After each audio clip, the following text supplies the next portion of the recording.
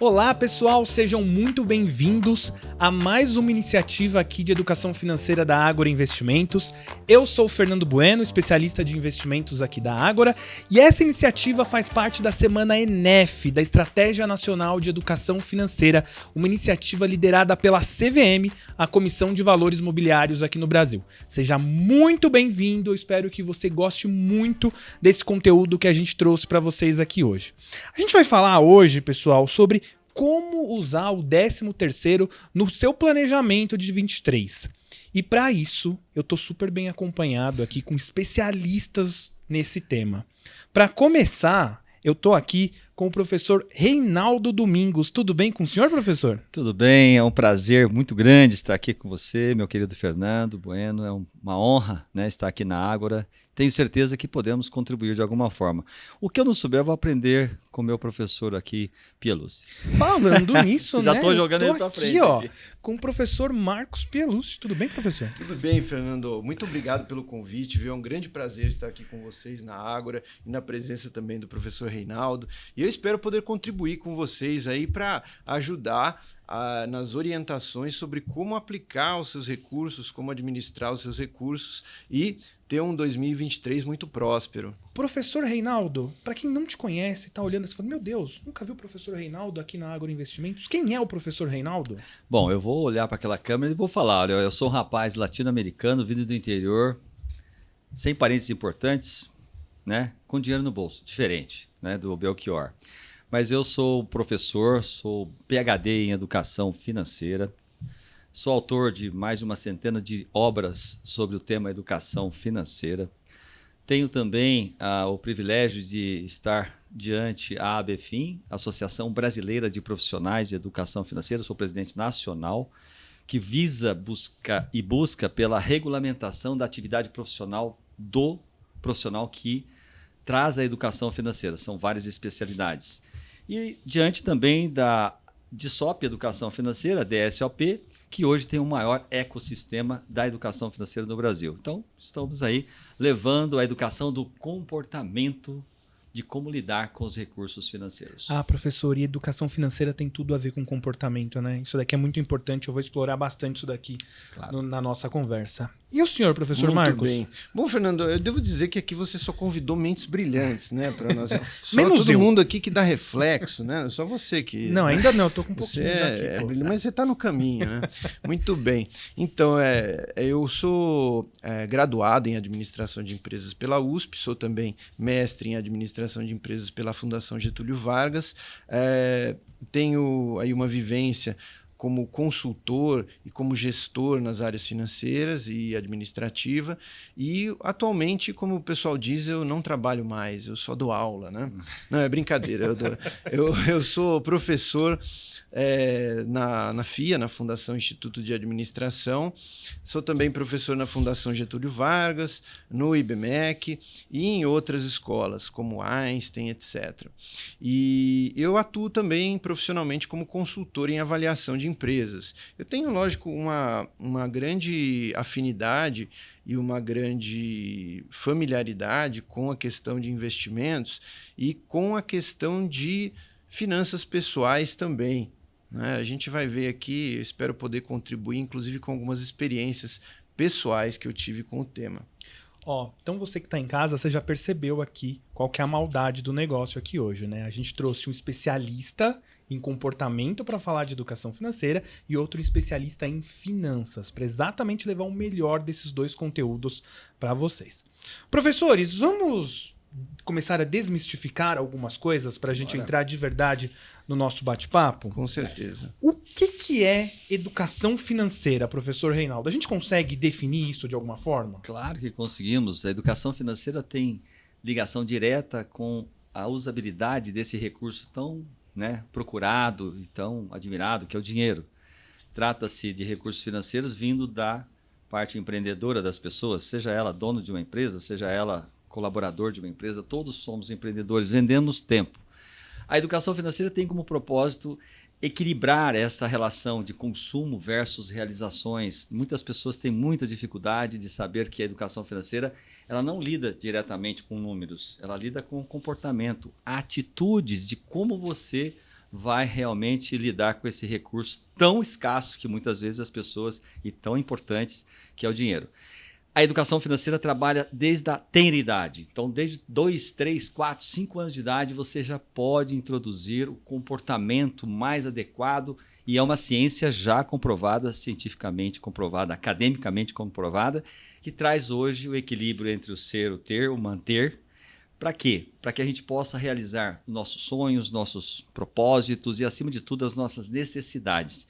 E, lógico, ela trabalhando o recurso financeiro e o que você veio fazer na Terra com esse recurso financeiro, você está trabalhando a prosperidade, né? A satisfação e o prazer das pessoas. Sem dúvida alguma, a educação financeira ela é muito distante, mas não menos e mais importante do que as finanças mais pessoais, dos investimentos. Um completa o outro. Sempre falo que aqui nós temos os investimentos que potencializa o recurso do dinheiro que eu poupei aqui na educação financeira. Então, não necessariamente eu só poupo dinheiro. Eu reduzo gastos, excessos. Essa é a educação financeira. Eu trabalhar o aspecto do comportamento do ser. Simples, né? É muito bom. Essa questão, se me permite, professor, Claro, por favor, fica à essa vontade. questão do comportamento eu acho que é fundamental na questão da educação financeira, né? Eu vou fazer uma comparação aqui, não sei se você vai concordar comigo, mas eu acredito que a educação financeira tem uma semelhança muito grande com a nossa educação alimentar. A gente também tem que, na nossa alimentação, a gente tem que ter moderação, né? Muitas vezes a gente tem aquele ímpeto de comer só coisas gostosas, só, não é? Só coisas que nos dão extremo prazer, mas nem sempre isso é o que vai nos dar a melhor condição de saúde, né? Então, da mesma forma que no momento de fazer ali um gasto, muitas vezes o seu comportamento vai te levar a quê? A gastar para satisfazer alguma necessidade, para satisfazer alguma Essa condição, relação, né? professor. Às vezes uma condição desfavorável, a pessoa está meio chateada, vai lá e gasta no shopping, né? Ou então está meio chateada e come muito, né? Eu acho que é a mesma coisa. Esse excesso acaba levando a consequências ruins posteriormente, né? Perfeita colocação. Saúde alimentar, saúde financeira correm junto em todas as fases da vida, desde a tenridade até quando você estiver lá com seus 100 anos. Então, nós temos aí a possibilidade de fazer com que esses recursos, que são meios que vamos alcançando dia a dia, antes, como mesada, que as pessoas acham que mesada só se dá quando você é uma mesada financeira, na verdade, existe 8 tipos de mesada, seria um programa à parte, só para falar sobre mesadas, né? Que também tem ciência específica.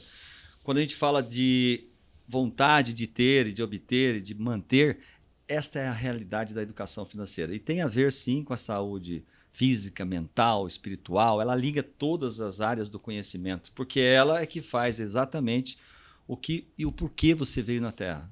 Tem que ser feliz, mas o dinheiro vai permear, assim como a alimentação permeia nossas vidas. Tá perfeito. Vocês tocaram um tema que é super importante, que é adquirir bons hábitos, né? Sim. Eu, Fernando, eu vou falar pra vocês. Eu adoro fazer atividade física. Aí você olha, Fernando, você tá overweight, tá um pouquinho acima do peso, né, Fernando? Tô, por quê? Porque eu não tenho bom hábito de me alimentar. Eu confesso, eu me alimento muito mal. Trabalho bastante, gosto de comer coisas gostosas, enfim, não me alimento bem, gente. É fato esse negócio aqui. Só que quando a gente fala sobre educação financeira, a gente tem alguns bons hábitos que ajudam a gente a se dar bem lá na frente. Um desses bons hábitos que eu aprendi e cultivo é o planejamento financeiro. Muito bom. Professores, por que planejamento financeiro é tão importante na hora que a gente estiver falando sobre educação financeira? Deixa na mão do professor, depois eu posso completar ou Olha, até eu vou começar a tua resposta, Fernando, contando uma história. Quando eu era lá mais jovem, tinha acabado a faculdade, eu comecei embora eu tenha me formado em administração, naquela época era casa de ferreiro, espeto de pau, né? Então, o que aconteceu? Eu comecei, de fato, a me descontrolar financeiramente, pelo fato de não ter uma educação financeira. Eu tinha educação teórica em administração, em finanças, trabalhava com finanças, trabalhava com crédito e acabei, nas minhas finanças pessoais, acabei me descontrolando. Tinha lá 20 e poucos anos e no mesmo período eu me casei, conheci minha esposa e me casei. né? E nós dois tínhamos esse certo descontrole financeiro. Bom, para resumir a história, em dado momento a gente teve que parar tudo e fazer um planejamento financeiro. Professor, Então a gente posso te perguntar uma coisa? A gente foi levado a isso pela dor, né? Posso te perguntar uma coisa sobre esse processo? A gente, quando está estudando, a gente ouve-se muito falar em falência. Uhum. Chegou nesse nível de tipo falar, ó, fali? Olha, a falência, na verdade, tecnicamente ela significa que você não tem bens para liquidar as obrigações. Tecnicamente eu tinha bens para liquidar as obrigações, mas eu não queria abrir mão dos bens, não é? Porque aqueles bens me traziam algum conforto. Então, o que eu fiz? Bom, eu não estava falido, tecnicamente. Uhum. Mas eu tinha uma dívida nós tínhamos dívidas bastante significativas. O que nós fizemos? Começamos a fazer um planejamento financeiro. Começamos a ver, de fato, o que era necessário. Foi nesse momento, pela dor, que eu comecei a organizar minhas finanças. Então, eu comecei fazendo ali o que o professor provavelmente vai falar, né? Mas de forma muito mais completa, evidentemente, mas comecei a organizar meus gastos, priorizar aquilo que era mais importante para mim, priorizar aquilo que eu poderia abrir mão, o que era discricionário, o que era obrigatório, o que era, vamos dizer, até uma parte da quitação das dívidas, né? Então eu tive que organizar aquelas dívidas que eu possuía no cartão de crédito, cheque especial na época, terrível, né? Enfim, tudo isso organizei, priorizei para poder fazer a quitação dos pagamentos. E aí é muito curioso esse aspecto, porque no princípio nós decidimos não ter mais conta em banco. Hoje não dá para pensar isso. Hoje não dá, né? Muito difícil. Mas eu naquela época dava, tá? Naquela época dava para pensar nisso, né? Isso foi em 1999, por aí, né? Dava para pensar nisso, ainda se usava bastante dinheiro para transações e nós fazíamos o seguinte, nós pegávamos a nossa renda e colocávamos numa caixinha ali fisicamente numa caixinha. Hoje não dá para pensar nisso, né? E relacionávamos tudo que estava sendo gasto. Então era um processo que nos obrigava a gastar apenas aquilo que estava na caixinha. Então foi um processo assim como se fosse uma clínica de reabilitação financeira, né? A caixinha foi de fato um instrumento que nos educou financeiramente a partir daquele momento, além, evidentemente, da planilha de gastos que a gente nunca mais deixou de fazer. Professor, a sua experiência é muito importante e eu queria abusar um pouquinho mais dela. Vamos Quanto lá. tempo durou esse processo todo? Até a partir do momento que falou, olha, deu ruim, vou falar do processo, fali, até a hora que falou assim, olha, já consigo respirar, já consigo melhor, gastar menos do que eu ganho, já consigo poupar, já identifiquei da onde foram, de como que eu entrei nessa situação. Esse processo eu vejo que ele finalizou, ele foi construído e teve um ciclo de aproximadamente 2 anos até que eu quitasse de fato todas as obrigações que eu tinha. 2 anos? Que era bastante dinheiro, tá? Devia bastante dinheiro. E a gente parcelou. Mas nesses 2 anos, a gente já conseguia, acredito que com 1 ano e meio, por aí, a gente já conseguia guardar um pouco mais para já ter uma reserva. Tá? Acredito que tenha sido em torno disso. Ô, professor Reinaldo, tem milagre nessa história que ele contou aqui ou não? É linda a história dele. Muito importante. Alguns vão pela dor, né, professor? Outros vão pelo amor. Ou pelo conhecimento, pela ciência. O planejar significa se organizar. Acima de tudo, se organizar. A gente não precisa quebrar, não precisa falir, não precisa ter tanto desequilíbrio assim para aprender sobre essa tal movimentação financeira que juntou-se, né? Então, na verdade, era para melhorar a vida. Quando você somou-se, né, com a sua esposa, com certeza os dois talvez trabalhassem. E aí você somou renda. Em vez de melhorar, talvez até piorou, porque na verdade vocês estavam com hábitos e comportamentos de gastar o que ganhava, ou até mesmo se fazer aí dívidas além da capacidade do pagamento. Lógico que essa conta não fecha. Sim. Eu entro 10, saio 20, algum momento eu posso até parcelar, em algum momento eu tenho problema. Planejar significa se organizar de uma forma estruturada. E um dos erros capitais que ainda se comete muito, professor, é que as pessoas têm um orçamento financeiro. Quando a gente fala em planejar, você tem que colocar isso dentro de uma ferramenta. Orçar, né? Orçar significa você colocar o que você ganha, né? O que mesmo, professor? Geralmente na economia fala muito isso. O que ganha, menos o que gasta. Se sobrar, eu faço alguma coisa. Se faltar, eu vou no crédito. Esse é o crime que foi cometido com a sociedade brasileira e também talvez mundial.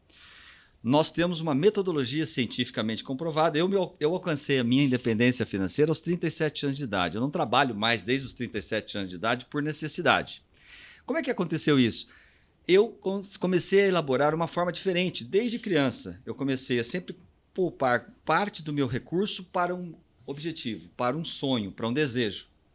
Então, eu sempre reservei parte do meu dinheiro. Isso foi hábito, foi construído ao longo do tempo. E com 37 para 40 anos, eu comecei a escrever sobre isso. E aí eu descobri que tinha um método, um jeito de fazer. O que é um jeito de fazer? É uma forma diferente. Eu sempre coloquei o que eu ganhava na frente aqui, lógico, mas eu colocava aqui meus sonhos de curto, médio e longo prazo. Eu priorizava as minhas prestações. Eu tinha uma reserva aqui financeira bacana, que chamamos de uma reserva até estratégica. E eu também... Aqui, antes dos sonhos, eu já guardava para uma aposentadoria sustentável. Chamamos isso de longevidade ou independência financeira, que é o que eu mais falo que ela é. Então, eu tenho o ganho, tenho a longevidade, tenho os sonhos, tenho a reserva, tenho as dívidas que eu seguro tudo, a reserva blinda nos momentos difíceis, e aí eu tenho os gastos aqui embaixo.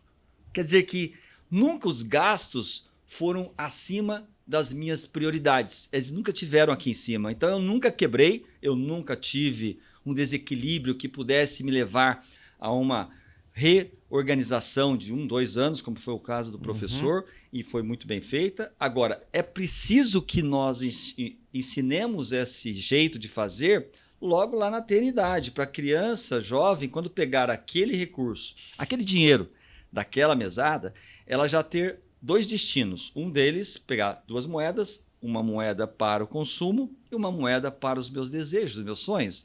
Eu crio o equilíbrio do recurso. Quando eu receber o primeiro salário, certamente esse jovem não vai consumir todo esse dinheiro. Vai pegar na metade aqui para meus sonhos. Esses sonhos podem ser inseridos à aposentadoria. Sonhos não. As necessidades da aposentadoria, os sonhos dele ter um carro, dele fazer uma viagem, enfim, ele pode fazer o que ele quiser. O segredo do planejamento está em você usar uma metodologia científica comprovada, porque senão nós vamos continuar fazendo orçamentos que são muito pareados aqui, né? Eu ganho, mas eu nunca posso gastar mais do que eu recebo. Isso não é uma verdade, porque se eu estiver equilibrado, é um dos piores regimes que uma pessoa pode ter. Equilíbrio financeiro não é bom. Por quê? Eu ganho 10, gasto 10. Ganho 5, gasto 5. E quando faltar? E quando tiver qualquer oportunidade ou até necessidade de eu ter que usar mais do que eu ganho? Aí eu vou cair na armadilha que, na verdade, não é do crédito. Eu sempre falo, professor, crédito é uma dádiva. Como assim? Dívida não é ruim. Dívida, você consegue fazer com que ela seja uma alavancadora da sua vida. Perfeito. Enquanto as pessoas buscam eliminar as suas dívidas, eu busco em tê-las a meu favor. Então é melhor ter uma grande reserva, é igual a caixa d'água da nossa casa. É fácil entender. A nossa caixa d'água está lá. Entrando água, saindo água. Entrando água, entra só um cano aqui, sai vários aqui. Mas eu estou sempre com ela cheia. A partir do momento que faltar água, eu tenho uma caixa d'água que ainda vai me abastecer. A mesma coisa é a reserva financeira, que deveria estar lá no planejamento financeiro, lá no orçamento, para blindar todas essas possibilidades, seja oportunidades, seja necessidades. Isso é planejar, é você enxergar o horizonte, é enxergar hoje ou amanhã depois. Eu estou falando de curto até 1 ano, médio até 10 anos e acima de 10 anos.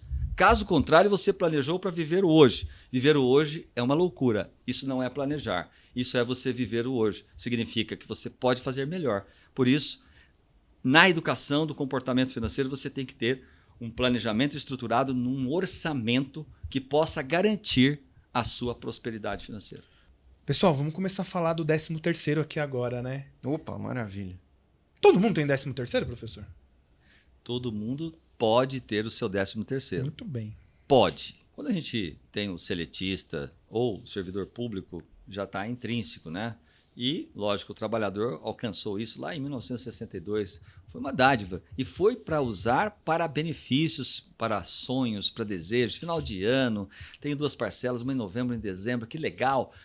Infelizmente, a nossa sociedade acabou colocando o 13º dentro do orçamento para cobrir problemas, ou seja, problemas do passado. Eu me endividei muito durante o ano e agora eu preciso dar um jeito.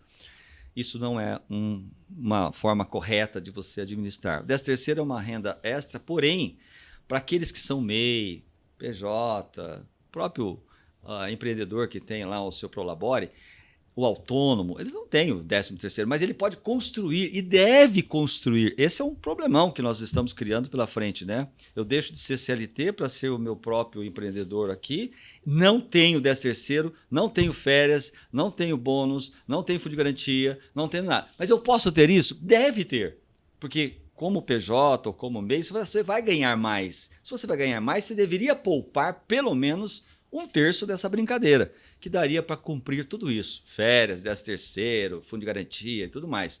É uma questão de escolhas. A vida no mundo da educação financeira são escolhas. Escolhi errado, vai ter problema. E escolha tá ligado com o que a gente falou lá no início? Escolha tá ligado com comportamento, né, professor? 100%.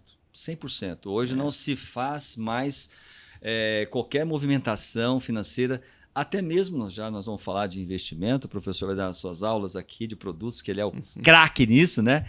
Mas eu falo muito que até mesmo para você colocar um dinheiro, seja em qualquer lugar, você precisa carimbá-lo, porque você vai ter que escolher se é curto, se é médio, se é longo. Então você pode e deve, na educação financeira, a gente pode e deve carimbar o recurso financeiro, seja para qualquer lugar que você queira direcioná-lo, em especial para os investimentos. Nós temos características diversas que vai dar o seu show, o seu conhecimento e, sem dúvida alguma, isso vai fazer toda a diferença para que possa aí realmente reger melhor, organizado, porque 13º salário é nada mais do que um salário a mais, mas ele foi estruturado porque nós temos semanas do ano que, na verdade, ficava sem uma remuneração. Nada mais do que isso, não tem nada de benefício na parada, não. É dinheiro conquistado pelo próprio trabalhador, não tem nenhum mérito maior nisso.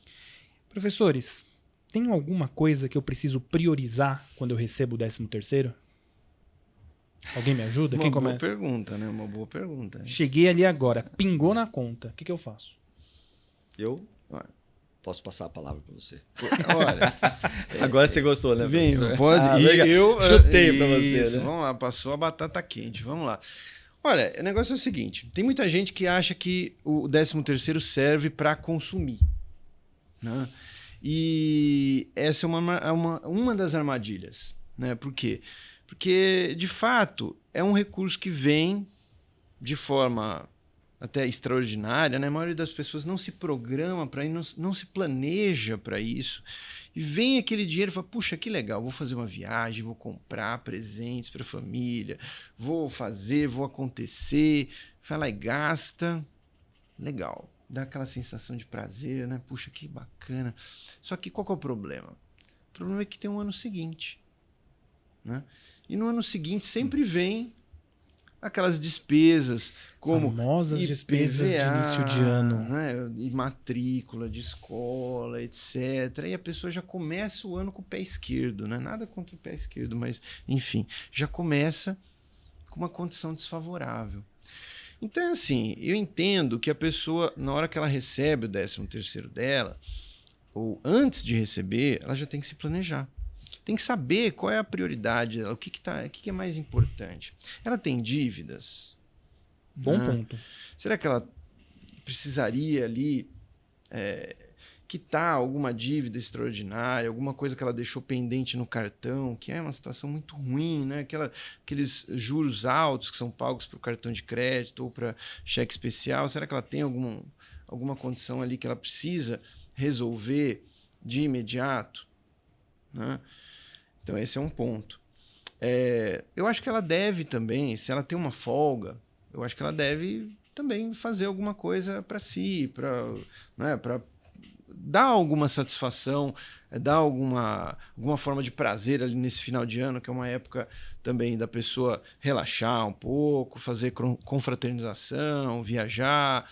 Mas, de novo, tudo tem que ser feito com moderação, com planejamento, né? Então, depende muito da condição da pessoa. Se a pessoa não tem dívidas, né, se a pessoa tem uma condição favorável, ela pode, sim, se permitir gastar um pouco para presentear os familiares, para ter uma boa ceia, para fazer uma viagenzinha, mas tem que sempre guardar um pouco para os gastos de começo de ano e também para aproveitar muitas vezes uma oportunidade de aumentar as suas reservas, né? A sua reserva para emergência, as suas reservas, como o professor falou, né? Aquela história de etiquetar o dinheiro que a gente vai falar mais adiante, mas de destinar esse recurso um pouco também para o futuro, né? Então, eu acredito que esse deva ser, de maneira geral, a orientação. Eu colaboro com isso da seguinte forma: existem 4 situações financeiras que um cidadão pode estar, ou a sua família.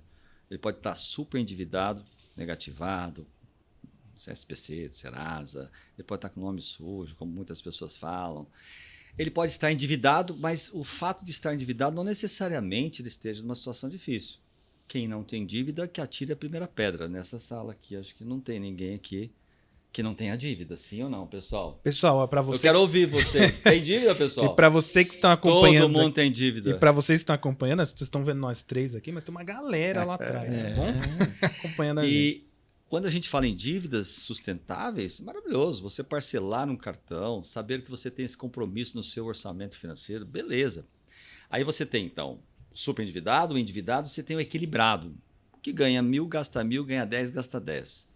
Esse aí, o 13º, né, precisa ficar mais atento. Para quem é investidor, que já não necessita mais de nenhum dinheiro extra, esse sim, como o professor colocou aqui, ele pode fortalecer os seus sonhos, fortalecer os seus investimentos, seja de curto, médio e longo prazo. Agora, estou super endividado, devo 10.000, recebi 1.000 de 13º, esquece, você não vai pagar dívida. Como assim? Não vai pagar, porque se você vai só remediar. É mais ou menos a pessoa que precisa de antibiótico na veia e começa a tomar aspirina. Não vai resolver. Eu devo 10, recebi 1, se eu colocar lá, vai na vala comum. Esquece. Você tem que dar um basta. Tem um livro que chama-se Nome Sujo Pode Ser a Solução. Às vezes, é necessário você enfrentar o problema e dizer não para o credor naquele momento. Não é para ser caloteiro, é o contrário. Então, se eu estou muito, mas muito endividado, para aqui. Devo, não nego, vou me organizar, vou pagar e começa a poupar, de preferência, parte do que ganha, inclusive o próprio 13º, guarda para uma futura negociação, porque você não vai deixar de pagar, mas vai ter que buscar uma negociação desses 10 para transformar ele em valores um pouco menores, para que você possa saldar de uma forma organizada. E também, nada de querer parcelar onde você não tem a estrutura do que você ganha e do que você gasta. Outro erro capital, assina um acordo, confissão de dívidas e vai lá e não consegue honrá-lo. Não vai dar certo. 13º salário tem sido usado de uma forma muito errônea ao longo da nossa jornada de vida. Professor, e esse ponto que o senhor tocou sobre a renegociação de dívidas é importante. Porque você tem lá do outro lado um cara que está disposto a receber, ele quer receber. Todo mundo, e ele sim, certamente vai te ajudar nesse sentido. Então, assim, existem hoje diversas ferramentas além da negociação. Você tem feirão de dívida hoje que te ajuda. Você tem um monte de coisa que consegue te ajudar nesse sentido. Jamais entrar no feirão limpa-nome, jamais fazer um acordo que você não consiga cumpri-lo. Eu já vi muitos feirões de limpa-nome, participei de muitos movimentos como esse. A pessoa vai lá e fala, nossa, eu devia 10, consegui um acordo para pagar 5 em 10 parcelas de 500. Eu falava, e aí, como é que tá no seu orçamento dos próximos 10 meses? Esse é outro problema, não tenho, mas vou resolver depois. 3 meses depois ele estava de novo com problema, só que agora com uma confissão de dívida de 10, efetivamente. Presta atenção, você pode organizar de uma forma que realmente vale a pena. Muito bem. Estou com um livro aqui do professor Reinaldo Domingos, Terapia Financeira. Mais de 10 milhões de livros vendidos sobre o tema educação financeira, professor? É uma jornada, né? São mais de 15 anos aí trabalhando na educação. Terapia financeira traz a metodologia do comportamento financeiro E tem uma pergunta aí atrás que eu fiz questão de enaltecer aqui um pouco antes do nosso bate-papo aqui, porque o Fernando vai realmente ler para todos nós, para saber como é que está a saúde financeira de todos nós aqui e também você que estará nos assistindo. E é uma coisa que, quando eu tô fazendo palestras aqui para os nossos clientes, enfim, é uma coisa que eu falo que você não pode começar a vida de investimentos sem pensar nessa questão, professor, que eu julgo ela muito importante. Vou ler para vocês. Se, a partir de hoje, você não recebesse mais o seu ganho mensal, por quanto tempo conseguiria manter seu atual padrão de vida? Já parou para pensar nisso? Já parou para pensar nisso, professor Marcos? Já. Te assusta? Hoje não. Ou já te assustou no passado isso? No passado assustou, né? No passado assustou. Hoje não. Hoje não. Hoje não. Professor, é baseado nessa pergunta que eu queria já jogar, nessa pergunta que o senhor colocou, que eu queria jogar a segunda pergunta. Eu tenho que usar o meu 13º para começar a investir? Eu posso começar e devo começar a pegar parte dele. Eu sempre falo que do seu ganho mensal, você deveria pensar sempre em guardar, poupar, salvar, como você quiser, parte dele.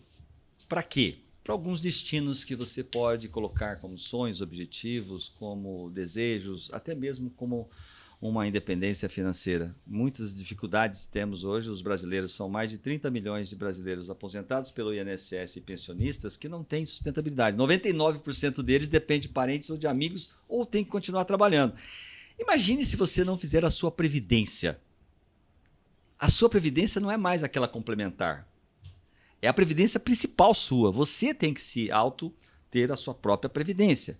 Pode usar todos os instrumentos, o tipo de investimento, o professor pode dar aqui vários exemplos, mas a gente não pode deixar de ter parte desse dinheiro. Se o 13º faz parte do meu ganho anual, do meu orçamento, eu devo, sem dúvida alguma, guardar parte dele, ou para alguns que são investidores, talvez até a totalidade, porque ele já tem totalmente estruturado o seu orçamento financeiro. Esse dinheiro é mais um extra, como o professor colocou bem aqui, que pode ser um complemento para facilitar e até diminuir o tempo para realizar desejos e sonhos ou até necessidades como aposentadoria. Eu me aposentei com 37 anos na minha vida privada, mas no INSS me aposentei com 58 anos.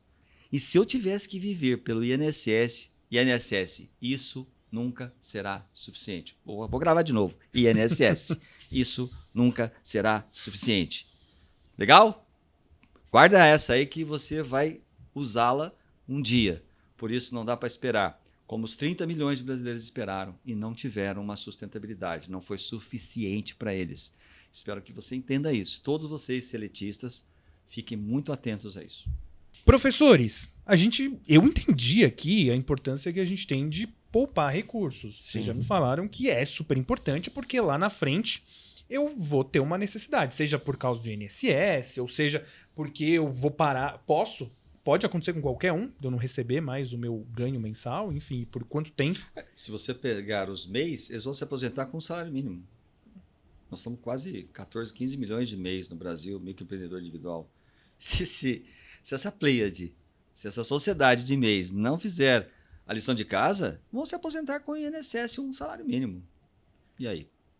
Por isso que eu preciso começar. E a pergunta agora que não quer calar é, por onde eu começo? Por onde eu começo, professor Marcos? A investir? Uhum. Bom, primeiro, Fernando, eu acho que a gente tem que distinguir, né, a questão de investimento da questão de aposta. As pessoas confundem um pouco investir com apostar. A gente tem uma cultura que não é favorável ao investimento. A gente acha que investimento é só para quem tem muito dinheiro. Então, essa cultura de investir é algo que tem que fazer parte, em primeiro lugar, do seu orçamento, né? Você tem que colocar prioridade para o seu investimento. Prioridade, lógico, você tem os seus gastos, aqueles que são obrigatórios, né? Aqueles que são para a sua subsistência, que evidentemente tem uma prioridade. Mas, no momento de organizar o seu orçamento, você precisa priorizar aquele recurso destinado a um sonho, destinado à sua aposentadoria. No momento de investir, você não pode chegar e pegar o seu orçamento, vê tudo que você gasta, inclusive os gastos chamados discricionários, aqueles que você decide, né, ir a um restaurante, fazer uma viagem, etc. É o não planejado. O não planejado. Né? Aquilo que você pode fazer ou não fazer. Né? Agora, por exemplo, se alimentar, você não pode decidir não se alimentar. Né? Pagar água, luz, não pagar posso água não e fazer luz não isso. tem como escolher. Pagar o condomínio. Né? Não, esse mês eu não vou pagar o condomínio. Não dá para fazer isso. Né? Agora, algumas coisas dá para você escolher. Às vezes as pessoas fazem assim, pegam tudo isso, aquilo que é obrigatório, o que não é obrigatório, e vê quanto sobra. Ah, esse mês sobrou R$200 para investir. Não é assim. Não pode ser assim. Por uma questão muito simples. Se você fizer isso, surpresa. Vai ter mês que não vai sobrar nada. Não, é isso? Não vai sobrar. Tá certo? É mais fácil, né, que não tem nenhuma criança nos vendo, é mais fácil o coelhinho da Páscoa aparecer, o Papai Noel, do que sobrar dinheiro. Né? Não vai sobrar. Então essa questão de começar a investir passa pela obrigatoriedade de destinar uma parte do seu orçamento aos seus sonhos, aos seus projetos, à sua aposentadoria. Né? E dessa forma, esse é o primeiro passo. Né? Deixa eu Agora, fazer uma pergunta? Onde investir, né? Aí é outra história. Eu posso aproveitar antes da gente falar do onde, para falar sobre o como? Claro. Tem algum valor assim que seja, não vou chamar de mágico, mas talvez que seja de referência, professores? R$1. No mínimo, assim, R$1. simples assim? Eu já ia pensar no seguinte, falar, olha, que eu tenho que poupar, sei lá, 25% Quem não da minha respeita renda. um tostão, 30%. jamais será 1 milhão. É. Antigo, mas valorizado, até hoje é um tema muito atuante. Você tem R$100, são 100 vezes R$1. Então, às vezes as pessoas ganham um salário mínimo, 2. Eu conheço pessoas que têm 1, 2 salários mínimos, são independentes financeiramente. Elas conseguiram construir ao longo da sua vida, ter a sua casa própria, ter a sua vida estruturada, lógico, respeitando o seu padrão de vida, a forma que ela conduz a sua própria vida. É óbvio que se eu ganho 2 salários mínimos, eu não tenho que ficar também pensando em algumas coisas que são fora da minha caixinha, fora do meu habitat. Necessariamente, qualquer pessoa deve investir, deve reservar parte do seu recurso financeiro. Esse orçamento que nós colocamos, está nesse livro, é muito importante, porque você vai começar a ter o hábito, o comportamento, de saber que você tem que viver com uma parte do que você ganha para aqueles consumos do dia a dia, e a outra parte você tem que ser feliz. O que você veio fazer na Terra é ser feliz. Não dá para a gente brincar, né, professor? Ou a gente faz de verdade, porque esse recurso a gente vai gastar de alguma forma. Eu posso escolher gastar com consumo maçante, e eu falo, tem um outro vilão dessa história que chamamos de desperdícios e excessos de gastos dentro da nossa casa. A maior poupança que você pode fazer é você reduzir os gastos envolvendo família. Não existe educação financeira sem família. Eu sou o provedor. Não, eu sei tudo sobre isso. Mas se a minha família não souber, você ganha, economiza e a sua família gasta. É simples assim. Então nós temos que fazer uma lição de casa. É quase uma faxina, né, no movimento do comportamento financeiro dentro das nossas casas. Está na hora da gente realmente tomar essa decisão. Vamos supor que eu estou naquela situação que eu consigo direcionar uma parte para recursos, para investimentos, mas eu ainda não comecei a fazer isso. O 13º é a oportunidade que eu quero para começar a fazer isso. Por onde eu começo? Bom, começa pelo primeiro passo, né? Que é destinando uma parte a investir. Já entendemos. Né? Dadas aquelas condições. Carimbando esse dinheiro, isso, né, professor? Carimbando o dinheiro, né? Agora, Fernando, quando você começa a investir, né, aí vem aquilo que eu tinha começado a falar, que é investir não é apostar. Você começou a investir, eu até comentei, a questão dos juros compostos revela que não existe uma mágica. Não existe um segredo que vai fazer com que você se torne milionário no ano que vem. Né?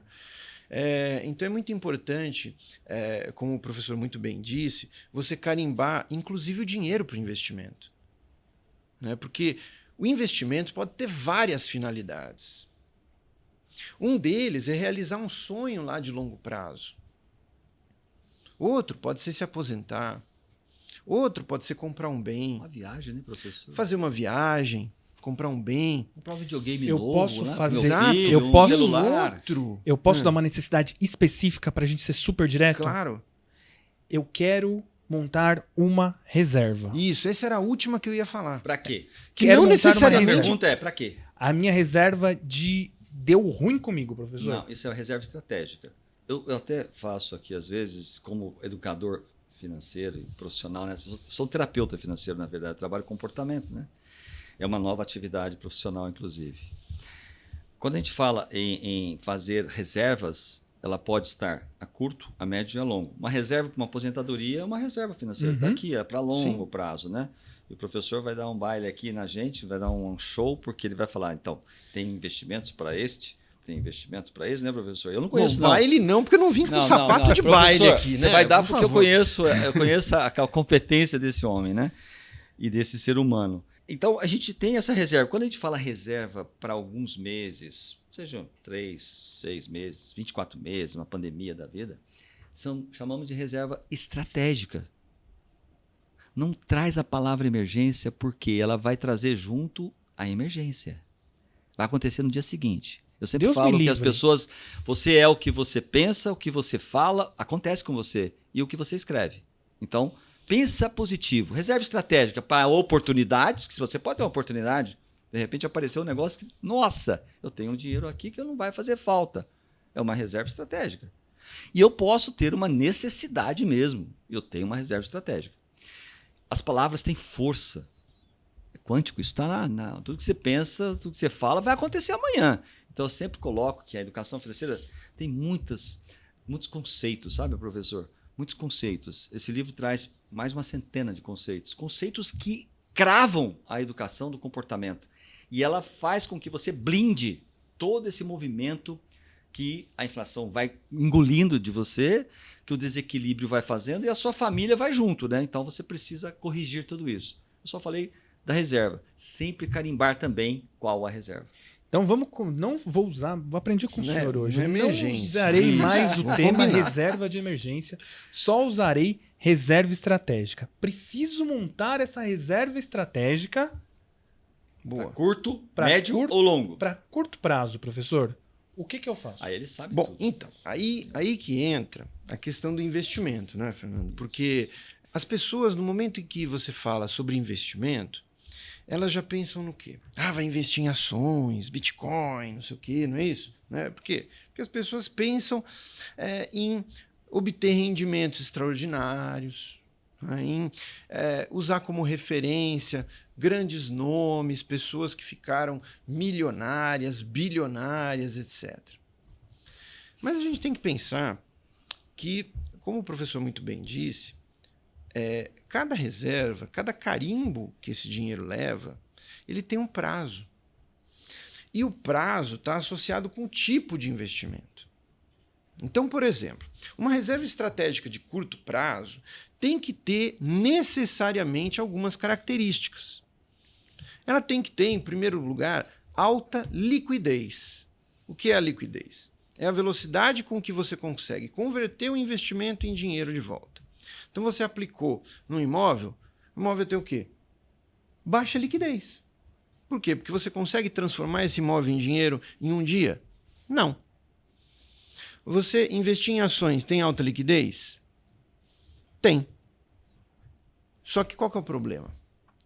O problema é que, além da liquidez, tem uma segunda característica, que é o risco de oscilação de preço, que nós chamamos de risco de mercado. Então, o que acontece? Se você investe numa ação de uma empresa, você pode ter ganhos muito substanciais ao longo do tempo, no longo prazo. Só que no curto prazo, pode ser que essas ações oscilem de preço. Qual que é o problema disso? Se por um acaso você necessitar dessa reserva de emergência no curto prazo, pode ser que o valor que você investiu não seja mais o mesmo. Porque ao longo do tempo e ao longo do dia, os preços das ações sofrem oscilações. O preço do Bitcoin sofre oscilações. O preço de alguns títulos de renda fixa sofre oscilação. Então, você tem que pensar, ao investir para uma reserva de emergência... Corrigindo. Reserva de uma emergência, reserva estratégica. Olha, quase um ato falho aqui, hein? Ia tomar um puxão de orelha. Ia tomar Não, professor. pedala aqui. Então, São veja só. anos falando isso, né, professor? Pois é. Já sai automático, né? Mas, enfim, a reserva... Foi de propósito. Não foi de propósito. Para poder chamar a atenção. Isso, para chamar a atenção. Que não é de emergência, é estratégica. Então, a reserva estratégica, ela tem que ter necessariamente essas duas características. Alta liquidez, ou seja, ela tem que ser resgatável em um dia. Ou, no máximo, em 2 dias. E ela não pode ter oscilação de preço. Então, se você quer colocar o seu dinheiro numa reserva estratégica de curto prazo, ela tem que ter essas características. Já uma reserva para longo prazo, uma reserva que se destina a um sonho, ela vai ter naturalmente a possibilidade de um risco maior. Você pode se expor um pouco mais. Por que você pode se expor um pouco mais? Porque você pode lidar com essas oscilações ao longo do tempo e pode se beneficiar delas. Porque quando o risco é mais alto, não necessariamente o retorno vai ser mais alto, mas o retorno potencial é mais alto. Ou seja, você tem a possibilidade de obter ganhos maiores ao longo do tempo. Porém, muitas vezes, esses rendimentos dessas aplicações com prazo mais longo, apesar de mais altos, sofrem risco ao longo do tempo. Além disso, a gente tem, por exemplo, alguns produtos como CDBs, certificados de recebíveis imobiliários, letras de crédito imobiliário, letras de crédito do agronegócio, que têm um prazo mais longo. Prometem e dão uma remuneração maior. Só que será que elas se destinam à reserva estratégica de curto prazo? Não. Não, porque ela não tem aquelas características Não que você tem, lá colocou lá no início, não é? Exatamente, muitas vezes não tem a liquidez. Então, às vezes, você vai... o investidor, ele vê, puxa, tem uma oportunidade aqui, um CDB que vai pagar 200% do CDI. A gente já vai falar sobre isso, né? Mas, se você não sabe o que é CDI, calma que a gente já vai falar um pouquinho. Vai pagar 200% do CDI. Puxa, que legal. Eu vou aplicar nesse aqui. Veja qual é o prazo. Né? Veja se ele é com liquidez diária. Esse é um aspecto fundamental para você ter uma reserva de emergência. Além... Estratégica. Estratégica de novo. Ainda bem que você está prestando atenção, hein, Fernando? Tô de olho, muito bem. pô. Fernando, você está testando tá bem, 10, né? hein? Tá sensacional aqui. Reserva estratégica. Tá bem? Ô, professor, se a gente for resumir, então, para a montagem da reserva estratégica, a gente pode considerar Tesouro Selic? Isso. O Tesouro Selic é um título público, né, que não sofre oscilação de preço, porque ele é corrigido sempre pela taxa Selic. Você vai aplicar por meio de uma corretora no título público e o próprio Tesouro vai te pagar aquela rentabilidade, sempre oscilando conforme a Selic. Selic aumentou, vai pagar um juros maior. Selic caiu, vai pagar um juros um pouco menor. Vai corrigindo conforme a Selic. Tá? Não tem um risco de oscilação de preço. Tá? O outro, Fernando, são aqueles CDBs com liquidez diária. Né? Ou seja, aqueles CDBs que geralmente vão pagar algo próximo da Selic. Nunca vão pagar geralmente não vão pagar um rendimento extraordinário. Então, esse é uma segunda possibilidade. E tem a terceira possibilidade também, que são alguns fundos que são corrigidos conforme a taxa DI ou a taxa Selic. Então, esses fundos que têm também liquidez diária podem proporcionar-lhe uma situação interessante. Tá? É só bom lembrar que o Tesouro Selic hoje ele está com o que a gente chama de D+1, ou seja, eu resgato hoje e pego o dinheiro amanhã. A maioria dos CDBs você pega no próprio dia e os fundos muitas vezes pegam no próprio dia. Tá bom? Então é sempre bom ficar atento a isso. Precisei do dinheiro, muitas vezes eu consigo no próprio dia. Tá? Então isso é importante a gente ponderar quando a gente pensa na reserva estratégica. Ô, professor, e falando sobre reserva estratégica, eu quero fazer uma pergunta que eu recebi num churrasco esses dias aqui. Selic e CDI é a mesma coisa? Eu achei que fosse carne bem passada ou mal passada, mas enfim, tudo bem. Olha, a Selic, o que acontece? Brincadeiras à parte aí, Fernando, a Selic, Selic, você sabe o que quer dizer, né? Lógico. É Sistema Especial de Liquidação e Custódia. Mas o que tem a ver isso, né? Esse é um ambiente onde são negociados os títulos públicos entre as instituições financeiras. Tá? Então, na verdade, nesse sistema estão presentes as instituições financeiras que fazem troca de dinheiro entre si com base em quê? Lastreado em quê? Em títulos públicos. Né? Fazem as chamadas operações compromissadas com títulos públicos. Então, é mais ou menos assim. Eles pegam um título público, dão para o outro banco e o banco dá dinheiro. Para que isso?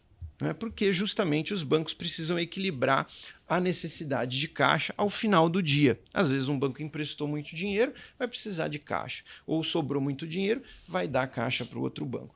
Mas o que tem a ver comigo, que eu sou investidor? Eu não empresto dinheiro para banco, professor, ou eu empresto? Exatamente. Não, você empresta dinheiro para o banco. Claro que empresta. Quando você aplica no CDB, você empresta dinheiro para o banco. Até porque quando você aplica o dinheiro, né, como diz um velho amigo professor que contava uma história, ele dizia que num dado momento, o sujeito foi lá buscar o dinheiro que estava investido no banco, ele viajou alguns quilômetros para ir buscar o dinheiro, só para ver se o dinheiro estava lá mesmo no banco. Eu já ouvi essa história, mas eu preferia não acreditar. Então. Eu não sei se é verdade ou não, mas... Abre o cofre que eu quero ver se o dinheiro tá aí. Isso.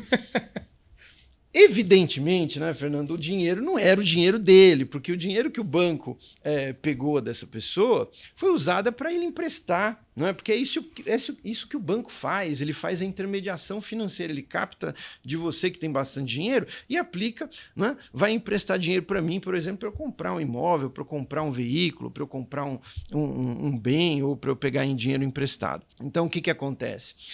O banco muitas vezes tem essa necessidade. Agora, indo aqui para o Selic, esse sistema, ele tem ali evidentemente, ele acontece, de certa forma, sob a tutela do Banco Central, que vai ficar de olho nesse preço do dinheiro entre os bancos, que é uma referência importante, porque é a partir desse preço do dinheiro que o banco vai estabelecer os parâmetros de remuneração para os produtos como CDB, etc., e também ele vai estabelecer o quanto que ele vai cobrar de taxa de juros nas operações de crédito. Portanto, o Banco Central vai estabelecer sempre uma taxa meta.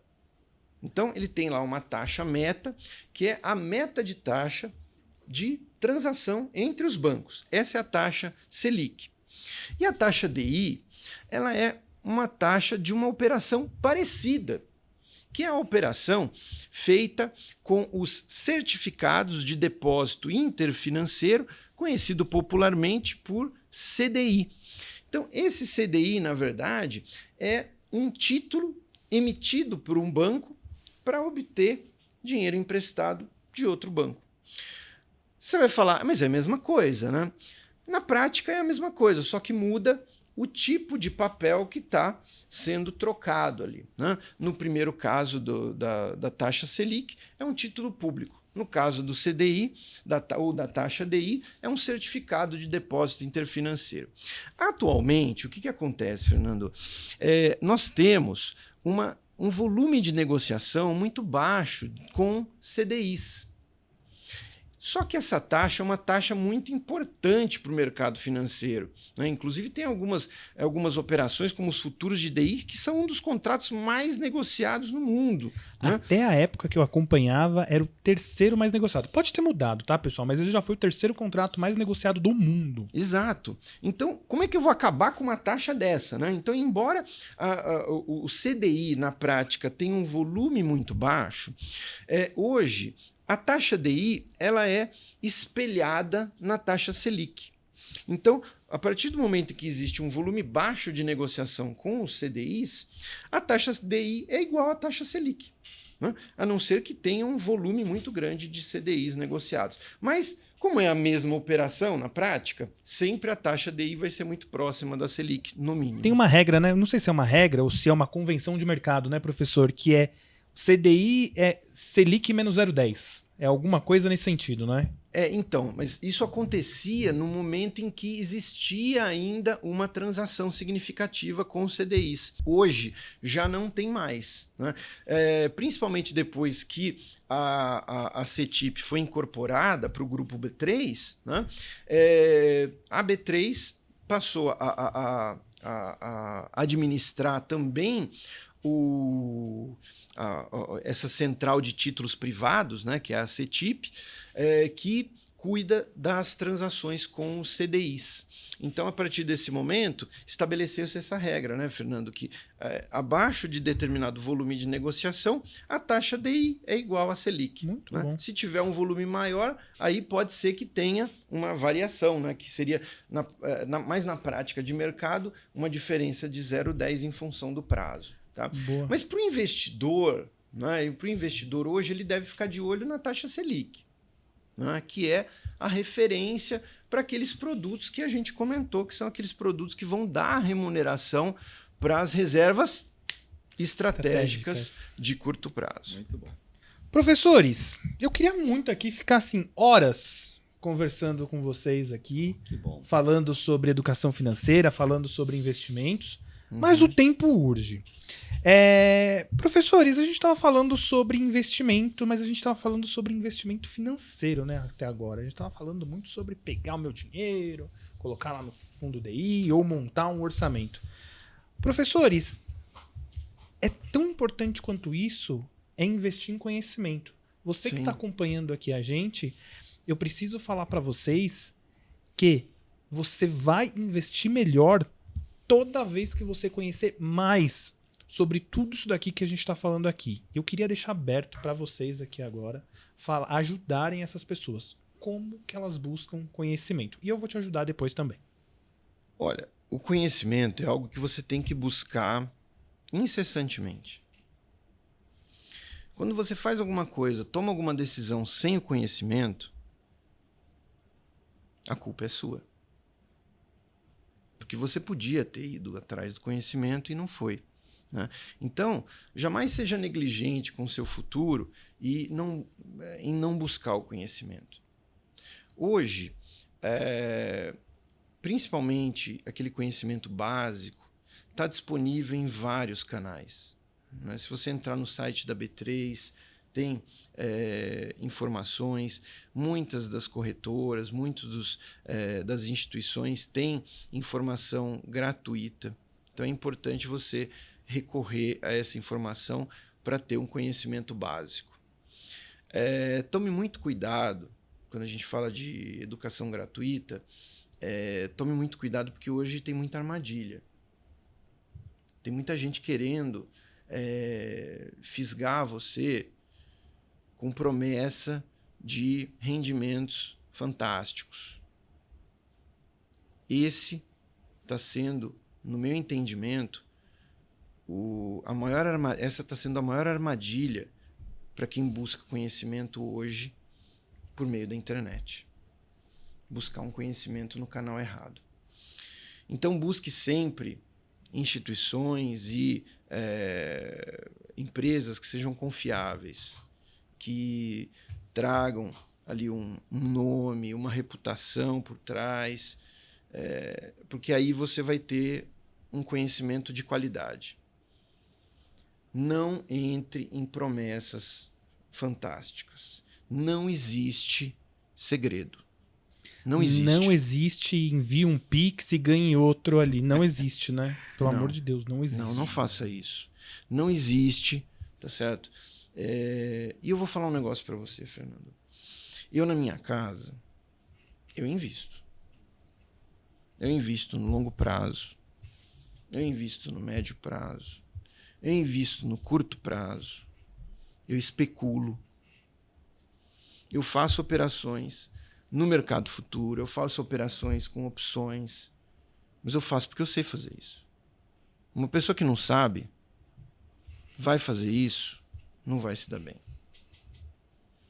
Entendeu? E tem muita gente prometendo que você, sem conhecimento, simplesmente com algumas artimanhas, ali, algumas operações fantásticas, vai aplicar R$100 e vai tirar 150. Depois você vai aplicar 200, vai tirar 300. Depois você vai aplicar 500, vai tirar 1.000. Não existe isso, gente. Pode ser que você dê muita sorte, mas para você fazer algo desse tipo, é possível, sim. Tá? É possível. Quem conhece sabe que é possível, mas requer conhecimento. E tempo, né, professor? E muito experiência. tempo. Experiência. Tem uma curva de aprendizado para você chegar até lá, né? Exatamente. Tá? E não existe nenhum investimento que não tenha risco. Então, se você não está preparado para o risco, não se exponha. Né? Sempre vai ter risco. Nos meus investimentos eu já perdi? Já. Falo aqui, já perdi.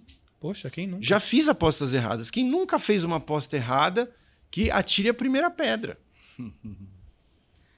Tá certo? A gente estuda as empresas, a gente analisa. E eu faço análise fundamentalista, minha esposa faz análise técnica. Professor, tem quase um research em casa, né, professor? Eu tenho um trade room lá em casa. O meu escritório é um trade room. Mas o que acontece? Existe risco.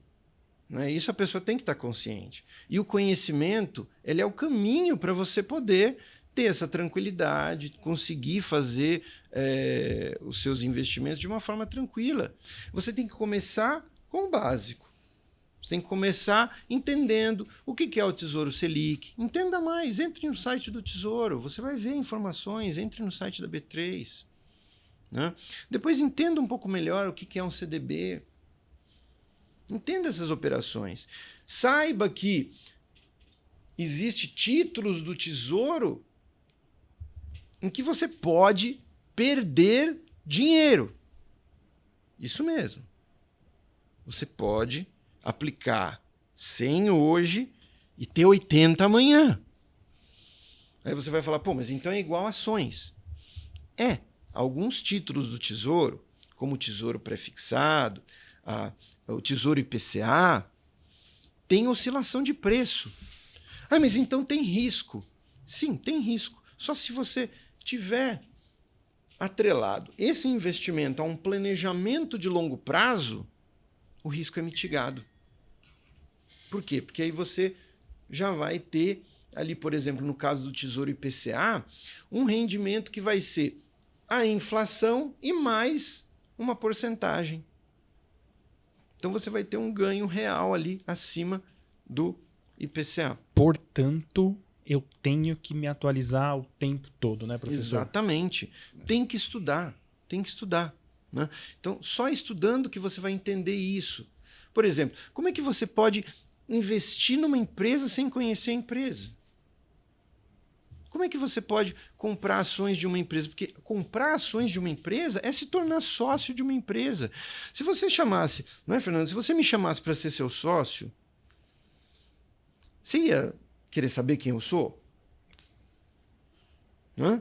Sem dúvida. Você ia querer saber qual é o empreendimento que eu estou conduzindo? Se é legal? E quem você tá também. gerindo? E você também, que você ia querer também. saber. Legal, Fernando, mas por que você abriu essa companhia aí? Exatamente. O que faz? Da onde vem o dinheiro, né, professor Reinaldo? Então como é que você vai lá e compra ações de uma empresa sem saber? Eu diria que existe uma diferença entre investir e empreender. Quando você vai para a Bolsa, a terminologia que a gente usa na educação financeira é empreender. Isso é muito importante a gente saber. Quando eu estou comprando ações, eu estou comprando parte dessa empresa. Então, eu estou empreendendo. Lá tem uma governança, lá tem todo um trabalho muito bem estruturado. Bacana. Quando eu quero investir, Selic, né, CDB, eu estou investindo mesmo. Estou pegando meu dinheiro para potencializá-lo. Já quando eu empreendo, eu posso perder tudo. Eu posso ganhar mais, mas eu posso perder tudo também. Quando falamos de conhecimento, só para a gente fechar esse bloco aqui, que eu acho que já estamos bastante avançados, conhecimento e mudança são coisas muito importantes para a gente ficar atentos. Quando eu falo em conhecimento, no universo da educação financeira, ela começa com a tenridade, com 2, 3, 4, 5, 6 anos e assim por diante. Então, hoje, graças a Deus, as escolas já começam a ter educação financeira.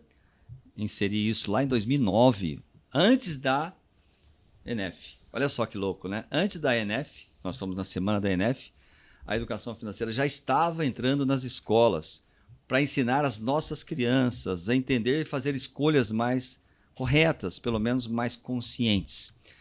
E o grande feito da educação financeira é o comportamento, como essas pessoas vão entender o dinheiro na vida delas. Porque se a gente souber muito sobre investimentos, mas não souber muito sobre a educação do comportamento deste dinheiro que você vai ganhar e vai viver com ele toda a sua vida e até mesmo pós-morte, porque você vai deixar uma sucessão, você pode pensar sobre isso também. Como é que eu vou deixar tudo isso? Então, na construção, no exercício, aqui na base da sua produtividade, mas também um dia você vai ter que trocar a renda ativa por uma renda passiva. Simples assim. Você vai ter que fazer isso, vai acontecer isso. O tempo vai mostrar isso para você. Então, a pergunta aqui que eu quero fazer para você é se você está buscando esse conhecimento da educação do comportamento financeiro. Aqui nós tivemos uma aula com o professor sobre investimentos e eu estou na base aqui da educação do comportamento. Se eu educar bem o comportamento dessas pessoas, carimbando esse dinheiro, e a gente na educação fala de finalidade, tempo e risco, que é o que o investimento traz para que essas pessoas possam saber exatamente onde pode e deve investir ou empreender. Então, eu acredito que o conhecimento é algo muito importante. Por isso, hoje você pode ter um livro, você pode ter um streaming, que é o Netflix, que eu falei de educação financeira. Você pode empreender na profissão de educação financeira, você pode ser um professor em educação financeira, pode ser um terapeuta financeiro. Você tem muitas oportunidades de aprendizados, desde o básico até ser um doutor nesta área, o qual me tornei ao longo da minha vida. Acho que é tudo uma questão de você procurar. E as mudanças estão aí. Cada vez mais o digital vem fazendo parte da nossa vida. O clique passa a ser algo muito preocupante, ao mesmo tempo bom.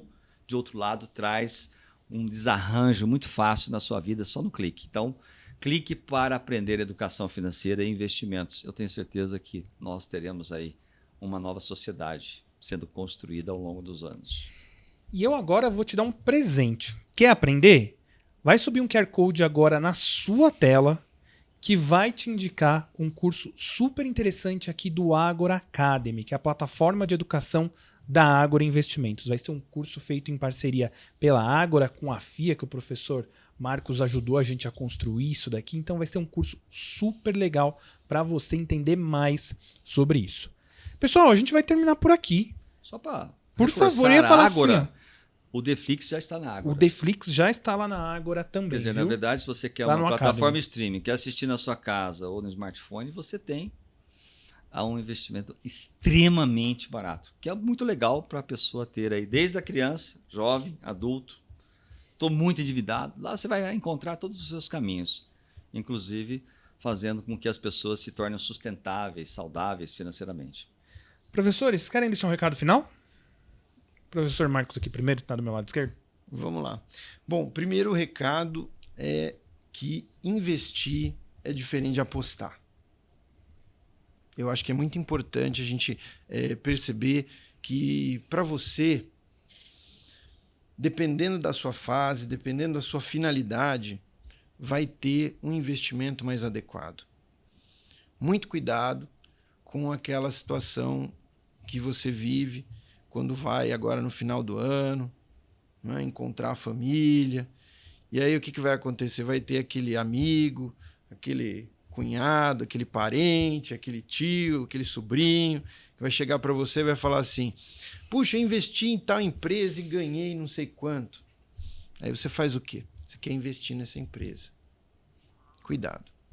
Rentabilidade passada. Primeiro que rentabilidade passada não é garantia de rentabilidade futura. E segundo que você não pode pegar um dinheiro que pode ser da reserva estratégica sua e colocar num investimento que tem risco. Isso é só um exemplo, né? Também, CDB pode não ser para todo mundo, né? Cada investimento vai ser mais adequado para o seu momento, para a sua finalidade. Isso é o principal, no meu entendimento. Ô, professor Reinaldo, acho que como recado final, antes de interromper o senhor, acho que o professor Marcos pegou a coisa ali da reserva estratégica, viu? Ele gostou, Estratégica. Agora ele já vai passar esse conhecimento para todos. Eu acho que é muito importante, é até uma forma de a gente proteger, né, as nossas atitudes. Eu quero agradecer, né, a oportunidade da Ágora.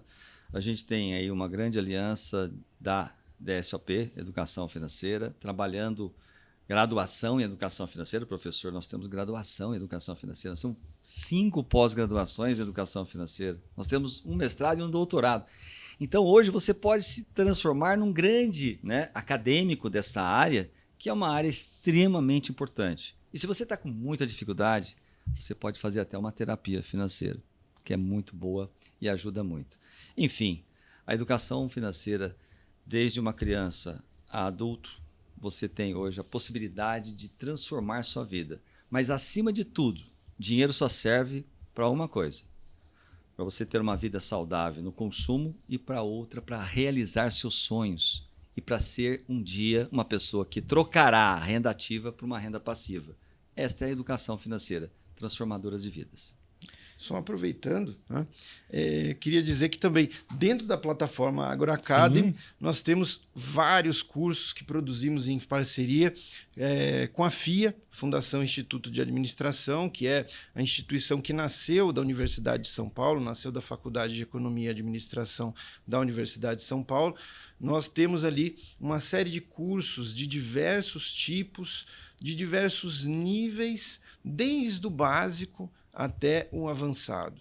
Então, aquilo que eu falei sobre operações com derivativos e tal, lógico que não é o primeiro passo, mas se você já está num estágio mais avançado, ou se você já fez vários cursos, você pode sim fazer ali os cursos aí no sentido de produtos financeiros, principalmente, com uma ampla variedade e com níveis diferentes de profundidade. Temos também MBAs, pós-graduações, temos, inclusive, em parceria com a B3, um curso de formação de brokers que concede aos alunos concluintes uma certificação importantíssima no mercado financeiro, que é o Programa de Qualificação Operacional da B3, uma certificação que, inclusive, é requerida para trabalhar em algumas instituições. Então, tem ali também, além dos cursos sobre educação financeira, temos também os cursos sobre produtos financeiros da FIA. Muito legal. Tá? E mais uma vez agradeço muito, Fernando, Professor, a gente vai fazer uma dupla. Eu ensino a poupar, o senhor ensina a investir. Perfeito, combinadíssimo. Vocês vêm todo mundo investir aqui na Ágora. Todos agora podem ter esse caminho. Isso aí, com certeza. Juntos. Com certeza. Pessoal, foi um prazer tê-los aqui. Muito obrigado. Para você que nos acompanha, um grande abraço e até a próxima, gente. Tchau, tchau. Obrigado, tchau, tchau. Valeu.